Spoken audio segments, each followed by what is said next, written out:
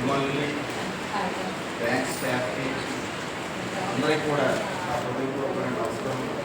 మరి ముఖ్యంగా ఎవరినైతే ఉద్దేశించి ఈ కార్యక్రమం పెట్టామో ప్రసాద్ గారికి నా హృదయపూర్వకమైనటువంటి రిటైర్మెంట్ శుభాకాంక్షలు. ఆయన నాకు మా మేనత్ గారు అబ్బాయి, మా మామగారు. అయితే ప్రతి రాజకీయ నాయకులకి గెలుపులు ఉంటాయి, ఓటములు ఉంటాయి.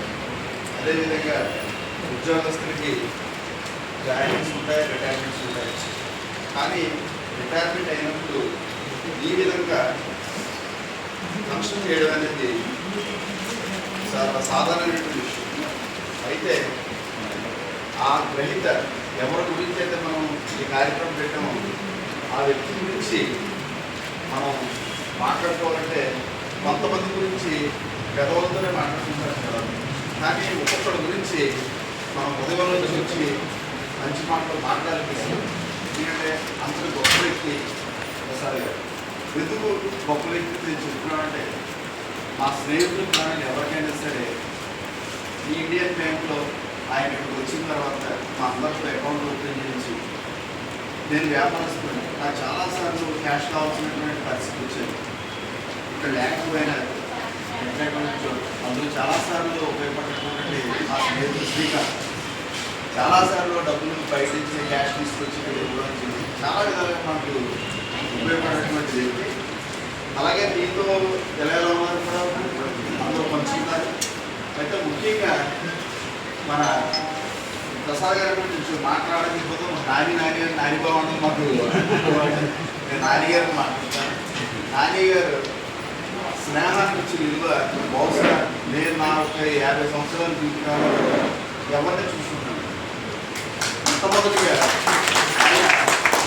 చుట్టుపక్కల ఉన్నటువంటి స్నేహితులందరికీ మనం అందుబాటులో ఉండలేమో, ఎవరికి ఉపయోగపడకుండా అయిపోతాయేమో అని ఆయన బాగా బాధపడిపోయి ఆయన టెస్ట్లు కూడా రాయకుండా ఆయన ప్రమోషన్ తీసుకోకుండా మన చుట్టుపక్కల ప్రాంతానికి ఉండిపోయాడు.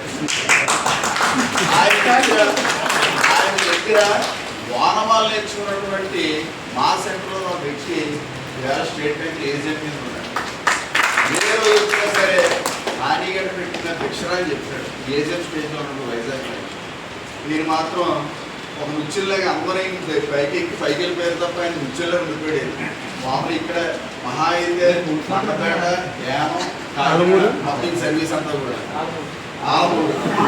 ఎవరినన్నా బ్యాంకులోనే ఎవరినన్నా అడిగితే నేను ఎక్కడ యూపీలో చేసి ఆంధ్రాకి వచ్చాను, లేకపోతే మహారాష్ట్రలో చేసి ఆంధ్రాకి వచ్చాను అని పెట్టడం తప్ప మీరు మాత్రం ఆంధ్ర దాటి ఎక్కడికి వెళ్ళలేదు.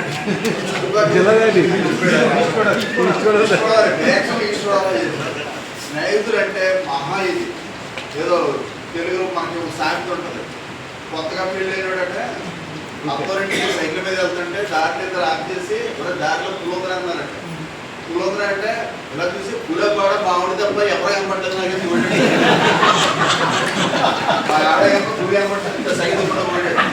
అలాగే మా నాని గారిని ఎవరైనా పులోదర అన్నారనుకో నాకు స్నేహితులు తప్ప ఎవరు కనపడుతుంది.